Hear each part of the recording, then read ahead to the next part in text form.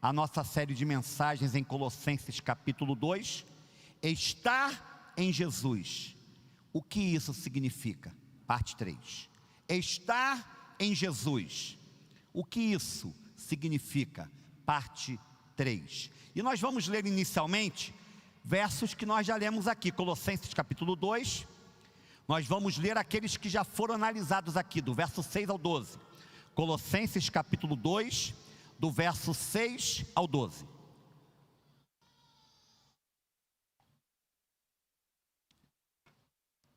Amém, meus irmãos? Olha o que diz a palavra.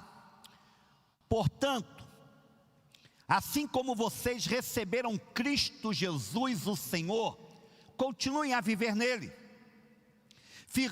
enraizados e edificados nele, firmados na fé, como foram ensinados, transbordando de gratidão. Tenham cuidado para que ninguém os escravize a filosofias vãs e enganosas, que se fundamentam nas tradições humanas e nos princípios elementares deste mundo, e não em Cristo. Pois em Cristo habita corporalmente toda a plenitude da divindade. E por estarem nele, que é o cabeça de todo poder e autoridade, vocês receberam a plenitude. Nele também vocês foram circuncidados, não com uma circuncisão feita por mãos humanas, mas com a circuncisão feita por Cristo, que é o despojar do corpo da carne. Isso aconteceu quando vocês foram sepultados com ele no batismo, e com ele foram ressuscitados, mediante a fé no poder de Deus, que o ressuscitou dentre os mortos. Amém, igreja? Amém, igreja? Já vimos esse texto na última semana, no último domingo. E nós vamos avançar depois, após estas palavras. Todos os domingos à noite, nós temos falado sobre convicção, sobre certeza de fé. Temos buscado aqui juntos uma resposta definitiva para algumas perguntas que devem inquietar o nosso coração. As perguntas são: nós realmente estamos em Jesus? O que caracteriza, o que determina biblicamente que eu e você, de fato, temos uma fé firmada em Cristo? No Sermão da Montanha, encontrado nos capítulos 5, 6 e 7 de Mateus, o primeiro evangelho, há uma palavra aterrorizante, vinda de Jesus, acerca de homens e mulheres auto-enganados no campo espiritual. Eu quero compartilhar com vocês, vamos juntos? Mateus 7, 21 ao 23, Mateus capítulo 7, versos 21 ao 23, olha que palavra forte. Veja se a sua vida não se encaixa dentro desta palavra. Nem todo aquele que me diz, Senhor, Senhor, entrará no reino dos céus, mas apenas aquele que faz a vontade de meu Pai que está nos céus. Muitos me dirão naquele dia: Senhor, Senhor, não profetizamos em teu nome não expulsamos demônios e não realizamos muitos milagres? Então eu lhes direi claramente: nunca os conheci, afastem-se de mim, vocês que praticam o mal. Que Deus nos livre de ouvirmos esta palavra no último dia.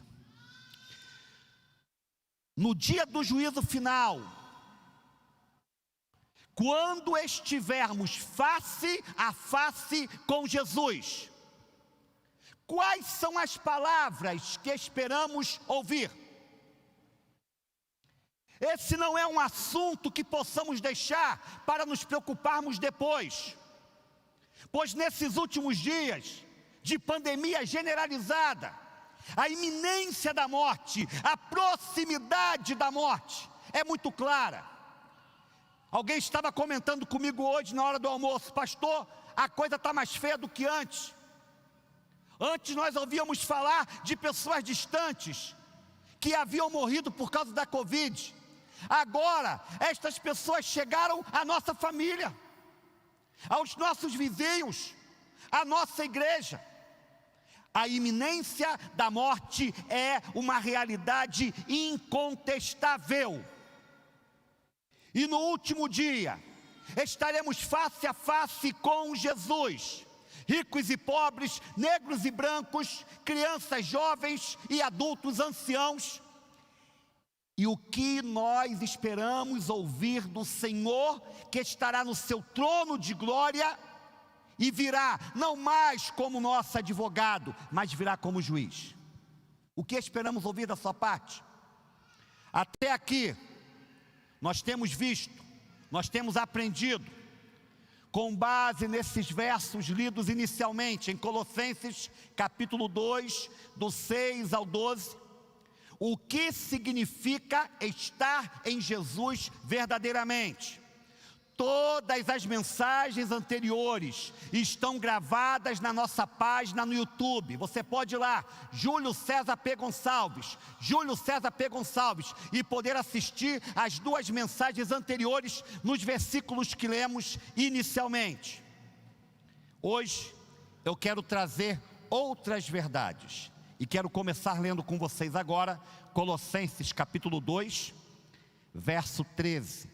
Apenas a parte A do verso eu quero ler.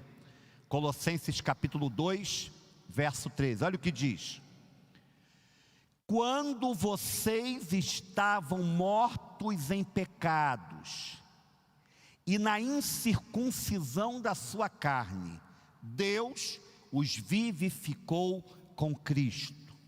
Eu quero repetir essa parte. Quando vocês estavam mortos em pecados e na incircuncisão da sua carne, Deus os vivificou com Cristo. Primeira verdade espiritual dessa noite, grave essa verdade: estar em Jesus é sinônimo de ter passado da morte para a vida. Vou repetir: estar em Jesus é sinônimo de ter passado da morte para a vida. A Bíblia explica a própria Bíblia. Esse é um princípio de interpretação básico em relação à palavra de Deus. Vamos entender melhor o que Paulo quis dizer com essas palavras de Colossenses capítulo 2, verso 13, analisando outro texto que vem trazer luz a esse. Vamos lá, Efésios capítulo 2. E eu gostaria muito que você pudesse marcar essa palavra na sua própria Bíblia aí. Efésios capítulo 2, versos do 1 ao 5.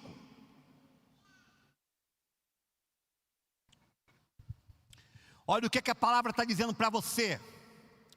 Vocês estavam mortos em suas transgressões e pecados, nos quais costumavam viver quando seguiam a presente ordem deste mundo e o príncipe do poder do ar, o espírito que agora está atuando nos que vivem na desobediência. Anteriormente, todos nós também vivíamos entre eles, satisfazendo as vontades da nossa carne, seguindo os seus desejos e pensamentos. Como os outros, éramos por natureza merecedores da ira. Todavia, Deus, que é rico em misericórdia, pelo grande amor com que nos amou, deu-nos vida com Cristo, quando ainda estávamos mortos em transgressões. Pela graça vocês são salvos. Amém, igreja? Ligue-se nisso, por favor. Todo homem ou mulher, em seu estado natural, antes de conhecer a Cristo como Senhor e Salvador, está morto espiritualmente. É isso que Paulo fala em Romanos. Vá lá, Romanos capítulo 6, verso 23, parte A. Romanos capítulo 6, verso 23, parte A. Olha o que diz: pois o salário, o pagamento do pecado é a morte. O pagamento, o salário do pecado é a morte. O que é essa morte? Essa morte representa uma alienação, uma separação em relação a Deus, já nesse mundo presente, e muito mais no mundo vindouro, no mundo da eternidade por vir. Significa dizer que você sabe no seu coração que Deus existe, você crê que há uma força superior, você sabe que existe alguém que é sobre a sua vida, é sobre você, um criador deste universo. Você sabe que Ele tem o melhor caminho para você trilhar. Você sabe que Ele tem para você portas de bênção. Mas simplesmente você não consegue relacionar-se com Ele com intimidade.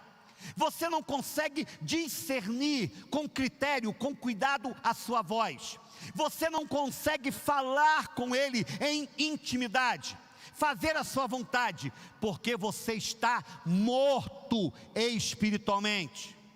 Você não possui por si mesmo, por si mesma, sentidos espirituais que lhe capacitem a responder ao toque do Espírito Santo, para uma nova vida, para a qual Deus o chama, para a qual Deus a chama. Quando meu pai morreu, eu pude entender muito bem o que significa estar morto espiritualmente. Essa verdade espiritual eu pude compreender por ocasião da morte do meu pai. Em determinado momento, madrugada dentro, durante o seu velório, eu peguei na sua mão, gélida, fria, eu a apertei, na inocente e ingênua tentativa de que Ele pudesse me dar uma resposta. Em determinado momento, eu me curvei e beijei a sua testa, também gélida e fria, esperando que Ele pudesse abrir os olhos e dizer: meu filho, você aqui. Mas nada aconteceu. Meu pai não respondeu ao meu toque de mão. Meu pai não respondeu ao meu beijo em sua testa. Por quê? Porque ele estava morto. E um morto não pode responder a estímulos e toques externos. É nesse sentido que funciona no campo espiritual. Deus fala com você, sussurra no seu ouvido, bate continuamente na porta do seu coração, mas você permanece frio, apático, indiferente, imóvel, insensível, passivo, pois você está morto espiritualmente. Por você mesmo, por você mesma, não há a mínima condição de responder ao chamado de Deus para a salvação. Porém, volta para o versículo que lemos agora. Olha a parte B do versículo de Romanos 6, 23. Pois o salário do pecado é o que, irmãos? A alienação, a separação em relação a Deus. Repito, nesse mundo e muito mais no mundo vindouro. Olha só a continuação, que coisa maravilhosa.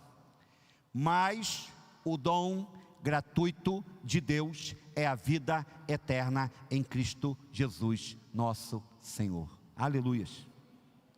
Aleluias. O pecado nos separa de Deus. O pecado nos afasta de Deus. O pecado nos mata, espiritual e fisicamente. Porque não fomos criados para a morte. O homem foi criado para ser um ser eterno. A morte é uma invasora, é uma intrusa no destino da humanidade. Não há para nós remédio humano. Porém, a vida que veio de Jesus, ela rompe com esse ciclo de morte naqueles que creram de fato nele de todo o coração. E voltando para o texto de Colossenses capítulo 2, versículo 13. Bota na tela aí, Colossenses 2,13. Paulo diz que quando nós estávamos mortos em nossos pecados, presos na escravidão da nossa carne, Deus nos vivificou com Cristo, ou seja, Ele nos deu a própria vida linda, a própria vida bela, a própria vida maravilhosa, a própria vida libertadora de Jesus. É muito importante que você entenda esse conceito, muito importante. A vida que vem de Jesus, a vida que nos liberta da insensibilidade em relação a Deus, da morte espiritual em que todo ser humano se encontra naturalmente. Essa vida não é algo que foi gerado por você, por gestos religiosos de bondade de sua parte. Essa vida é algo que vem gratuitamente do próprio Deus, através do sacrifício de Cristo a seu favor. E nada que você faça nesse mundo poderá tornar você merecedor de tal status de vida, porque ela é um ato de graça, ela é um ato de misericórdia, um ato de benignidade, um ato de benevolência, algo do qual você nunca será digno. Temos que compreender isso, irmãos. Somos muito pouco gratos em nossa vida cristã. Temos direito a toda sorte de bênçãos espirituais, como está lá em Efésios capítulo 1, versículo 3. Deus nos abençoou com toda sorte de bênçãos espirituais nas regiões celestiais em Cristo. Mas vivemos como mendigos ingratos. Vivemos comendo as sobras do que Deus tem para nós. E no que nós recebemos, ainda somos pessoas de um coração mal agradecido. A vida com Deus é vida de graça. A vida com Deus é vida de benevolência. A vida com Deus é vida de misericórdia. Não podemos esquecer disto jamais. Nesse exato momento, eu lhe pergunto: você vive a morte de uma vida sem Deus? Ou você vive a vida que vem do próprio Jesus? Sinceramente, da maneira que está hoje a sua vida, o que você pode responder a essa pergunta? Nesse exato instante, olhando para a sua caminhada nesse mundo, você vive a morte de uma vida sem Deus? Ou você vive a vida que vem do próprio Jesus? Você precisa ter uma resposta clara para essa pergunta. Eu quero fechar esse ponto com uma palavra de Isaías 55, do 1 ao 3. Isaías 55, do 1 ao 3. Olha que palavra poderosa, que palavra linda, que palavra abençoada é essa. Isaías 55, do 1 ao 3. Olha, imagina que Jesus está aqui, passando aqui, amém? Não imagine, não, é verdade, Ele está aqui, irmãos. Porque nós estamos aqui, você crê nisso? Então Ele está aqui, ó. A Bíblia diz que Ele se move no meio dos 7 candeeiros de ouro.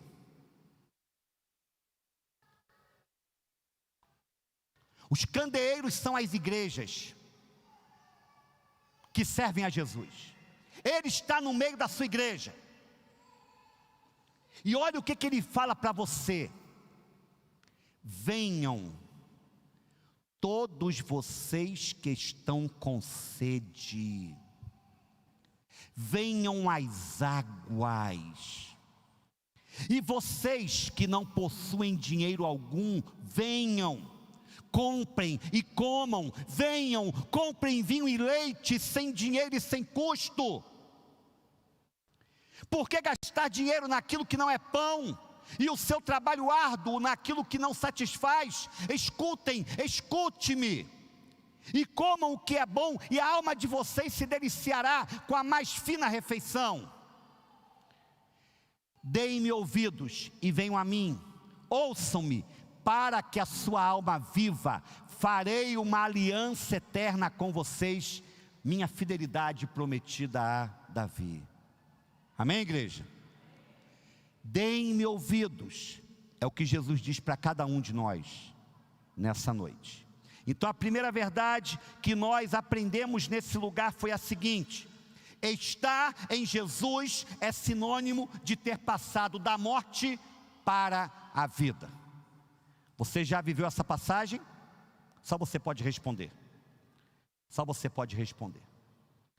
Segunda e última verdade. Segunda e última verdade.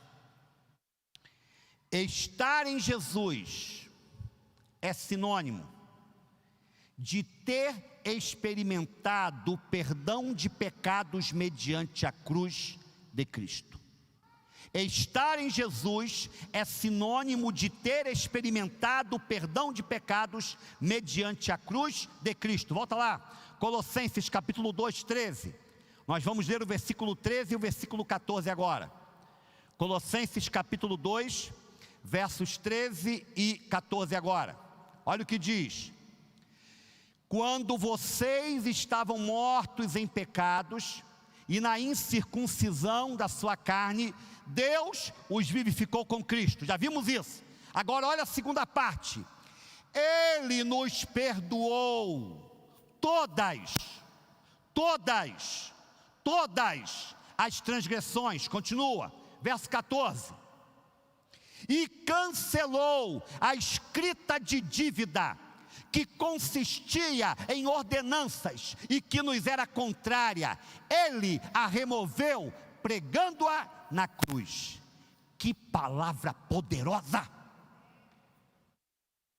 Que palavra possante!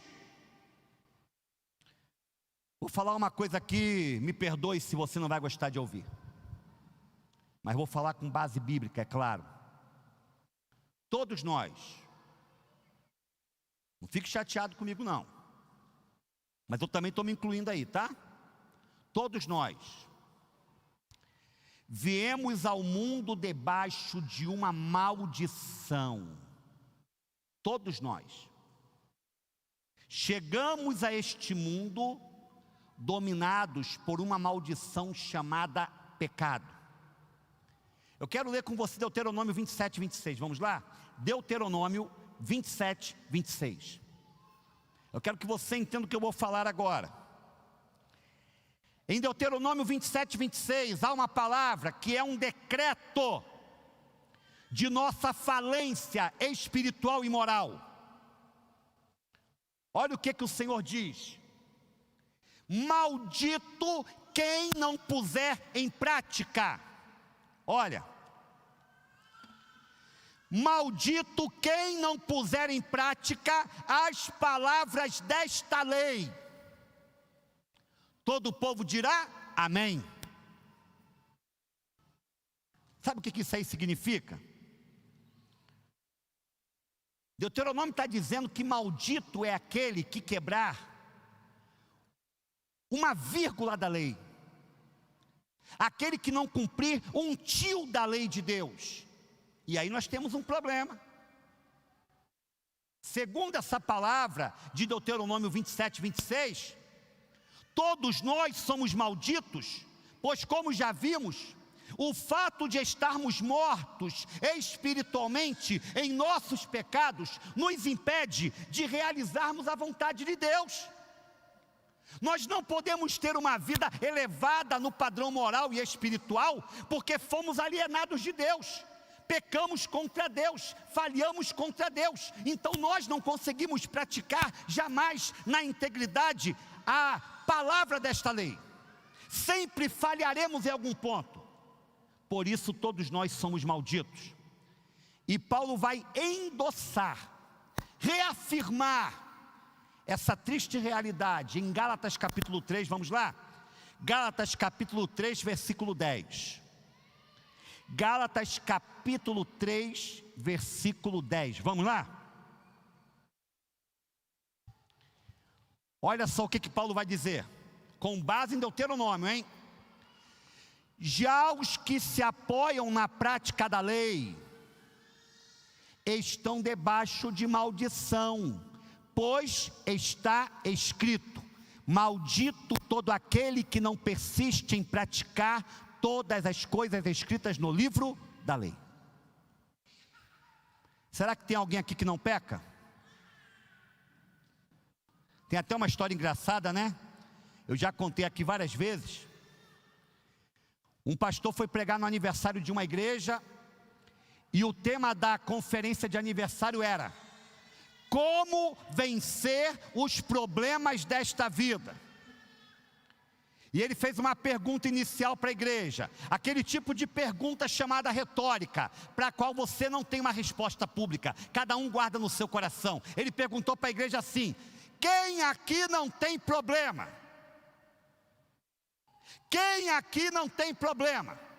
Meus irmãos, minhas irmãs, vamos ser francos. Se há uma coisa que todos nós temos, é o quê? Problema conjugal, problema familiar, problema financeiro, problema espiritual, problema no trabalho, problema com o vizinho, e vai embora. A gente vai passar a noite toda aqui, vai entrar a madrugada dentro e vamos fazer uma vigília falando em problemas intermináveis. E é claro que ele esperava que ninguém levantasse a mão. Mas um gaiato lá no fundo, onde Kelma está sentada, falou assim: eu não tenho problema, pastor. Aí o pastor: meu Deus, como é que eu vou me livrar dessa situação agora? Aí uma velhinha também, gaiata igual o cidadão lá na frente, que conhecia bem o cidadão, falou assim: pastor, olha para mim, olha para mim. Ele disse que não tem problema, pastor, porque ele é o próprio problema encarnado. Tem muita gente que não tem autocrítica, não consegue enxergar para dentro de si, não consegue se ver, não consegue se olhar, está espezinhando todo mundo, incomodando, perturbando, mas acha que os outros são um problema. Mas aí isso aí já é assunto para outro papo. O que eu preciso é que você realmente entenda, querido, querida, a profundidade desta verdade espiritual. Olha para mim aqui, por favor, você que está em casa, por favor. O pecado não é uma simples mancha em seu caráter. O pecado não se trata de um mero desvio de ordem moral. Não. O pecado é uma enfermidade. O pecado é uma doença. O pecado é uma chaga. O pecado é uma maldição que você traz consigo desde o ventre de sua mãe. O que foi que Davi disse no Salmo 51, versículo 5? Em pecado fui formado, e em iniquidade me concebeu a minha mãe. Davi não está falando ali da relação sexual que a sua mãe teve com o seu pai, nada disso. O sexo de um casal abençoado por Deus jamais será pecado. Davi está falando de uma herança. Assim como você tem o cabelo de alguém da sua família, seu pai, sua mãe, sua avó, seu avô, sei lá quem é. Assim como você tem os traços faciais de alguém da sua família, assim também você herdou os traços espirituais. E espiritualmente, todo ser humano foi afetado por essa maldição chamada pecado. O pecado é uma maldição contra a qual carecemos de cura, de libertação, que impede a nossa realização com Deus e com o nosso semelhante, com as pessoas que nos rodeiam. Você já reparou? Tanta gente que tem tudo para ser feliz, um bom emprego, uma boa família, é inteligente, bonita, socialmente ocupa uma posição de destaque, de respeito, mas tais pessoas se auto-sabotam, vivem puxando o seu próprio tapete, vivem tropeçando aqui, escorregando lá, caindo acolá. Por que isso? Tem tudo para prosperar, para terem uma vida digna de inveja, mas simplesmente não conseguem avançar, não sabem o que é felicidade, por causa do pecado. O pecado nos atrapalha as pessoas ao nosso redor. Sendo assim, eu lhe pergunto, como é que a gente se livra dessa maldição, dessa coisa hedionda, detestável, maldita, chamada pecado? Paulo vai nos responder a essa pergunta em Gálatas capítulo 3, versículo 13. Vamos lá? Gálatas capítulo 3, versículo 13. Olha o que ele diz. Olha que coisa linda, irmãos. Olha que coisa linda. Olha como é que a Bíblia se encaixa. Cristo nos redimiu, nos libertou da maldição da lei, que dizia que todo aquele que não conseguisse cumprir a palavra integralmente seria maldito. Cristo nos redimiu da maldição da lei quando se tornou maldição em nosso lugar. Eu quero que você entenda essa palavra. Cristo era Deus, Cristo é Deus, o Deus santo, criador, puro, que jamais cometeu qualquer tipo de pecado. A Bíblia diz que por minha causa, que por sua causa, ele se tornou maldição em nosso lugar, pois está escrito: maldito todo aquele que for pendurado num madeiro. Era uma profecia bíblica. Aquele que assumisse a morte de cruz era considerado o mais indigno de todos os homens, o mais deplorável, o mais desprezível. A morte de cruz ou a morte no madeiro era reservada apenas para as pessoas mais ignominiosas, dignas de vergonha, de opróbrio, de humilhação. E Cristo se torna maldição por nós na cruz do Calvário, ao tomar sobre o seu corpo os nossos pecados. Isaías 53, versos 4 e 5. Olha que palavra forte. Isaías 53, 4 e 5. Olhem como a Bíblia é um todo. O Velho Testamento fala sobre Jesus, e o Novo Testamento apresenta o cumprimento das profecias em Jesus. Olhem como estou fazendo a ponte do velho para o novo, do novo para o velho, sempre. O velho é a sombra, o novo é o cumprimento. Você não pode entender o Novo Testamento na sua plenitude se você não se dedicar a ler o velho. E você não pode ver o cumprimento do velho na sua plenitude se você não ler o novo. Olha que palavra forte. Certamente ele tomou sobre si as nossas enfermidades. Ele quem, irmãos? Ele quem? Jesus Cristo. E sobre si levou as nossas doenças. Contudo, nós o consideramos castigado por Deus atingido e afligido. Mas ele foi traspassado por causa das nossas transgressões, foi esmagado por causa de nossas iniquidades. O castigo que nos trouxe paz estava sobre ele, e pelas suas feridas fomos curados. Glória ao Senhor. Quem sou eu para estar aqui, irmãos? Quem sou eu para estar aqui pregando essa palavra?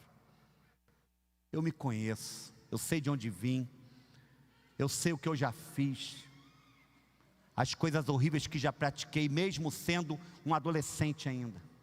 Coisas terríveis, terríveis. Mas os meus pecados foram colocados na cruz de Jesus. E a minha história é também a sua história, se de fato você está em Cristo.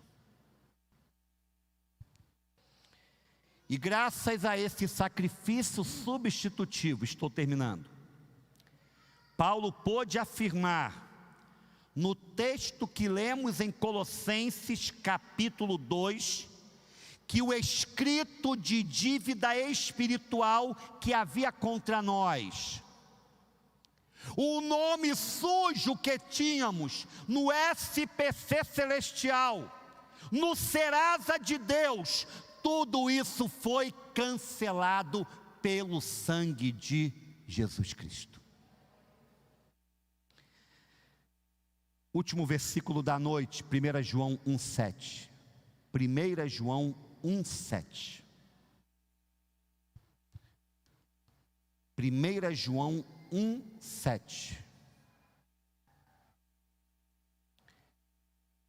Se liga nessa palavra, olha só. Você que vive acorrentada a um sentimento de culpa terrível, por algo que você já fez, planejou, arquitetou, concretizou há algum tempo passado. Você que não se consegue perdoar de várias atitudes cometidas na sua juventude e que ainda estão vivas na sua alma e na sua mente. Você que tem sempre o dedo do diabo apontado contra o seu rosto, dizendo para você: você não tem jeito, você é um caso perdido, você é alguém para quem não há mais salvação. Escuta isso. Toma posse dessa palavra de libertação em nome de Jesus nessa noite. Se porém andarmos na luz, como Ele, Jesus, está na luz, temos comunhão uns com os outros. E agora a parte final, grande finale. E o sangue de Jesus, seu Filho, nos purifica de todo pecado. Não é de alguns pecados, não é da maioria dos pecados, não é dos pecados mais a menos, mais tranquilos. Nos purifica de todo pecado o sangue de Jesus. Você realmente é capaz de entender essa palavra, essa verdade? Você, pecador sujo e deplorável, pecador perdido e arruinado, você, pecador imoral e decadente, você, pecador desprezível e nojento, você é capaz de entender esta verdade? Se você estiver em Jesus, se você já provou dele, você já foi perdoado, pecador, de todas as suas faltas. Todas. Certo jovem, quando assumi determinado ministério, me procurou e dizia: eu não tenho mais jeito, pastor, eu não tenho mais salvação, eu pequei gravemente e cometi um pecado para o qual não há perdão. E eu lhe perguntei: qual foi o pecado que você cometeu? Eu blasfemei contra o Espírito Santo. E Jesus falou que o único pecado para o qual não há perdão é a blasfêmia contra o Espírito. E comecei a querer entender dele o que era essa blasfêmia que ele havia cometido. Ele havia, em determinado momento, tomado algumas bebidas com um grupo de amigos ao sair da igreja. Ele achou que naquele momento, diante da palavra que ele havia ouvido, uma palavra de fé, e logo depois, por ter bebido com aquele grupo de amigos, ele havia blasfemado contra o Espírito. Eu falei: filho, deixa eu te explicar uma coisa. Você pecou, você errou, mas a blasfêmia contra o Espírito vai muito além disso. Blasfemar contra o Espírito Santo significa rejeitar o toque do Espírito. É por isso que para esse pecado não há salvação, não há perdão, porque se você rejeita o toque regenerador, salvador do Espírito Santo, você não vai ser salvo nunca. Mas não é o seu caso, você é crente, e a prova que você é crente é que você está com o coração aí, magoado pelo pecado que você praticou. Então, filho, filha, se você está aqui ouvindo essa palavra e você se reconhece como pecador, e você entende que está distante de Deus, e você precisa tê-lo como Salvador e Senhor de sua vida, é porque há esperança para você. Sua alma está aberta, o seu coração está disponível, pronto, preparado para ser de fato pertencente a Jesus.